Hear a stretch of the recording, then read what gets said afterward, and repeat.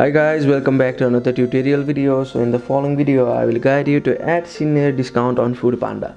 Now if you are a senior citizen and you are ordering from Panda and you want to add a discount as a senior citizen on Panda, then you need to simply follow these steps shown in the video till the very end to know about it. So let's get started.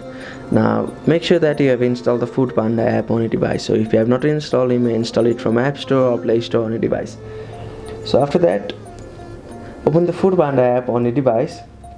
So to use the senior discount on Panda, it may depend on whether Panda has such program in your area or not. So if you are using from a specific area and if the senior discount is not available, then you won't be able to use it, but if it is available, then you will be able to use it. So now to apply the senior discount, you can't directly apply it from the users, can't simply apply it from the app, but instead you can talk to the customer support, and from there you may simply apply the senior discount on Panda. You may go on the option of account, and from there you need to click on the option of food help center, and from here you may live chat with the support team and you may ask for your senior discount. So that's it. That's how you can apply the senior discount on Panda. Thank you for watching the video. Please don't forget to like the video and subscribe to our channel. Thank you.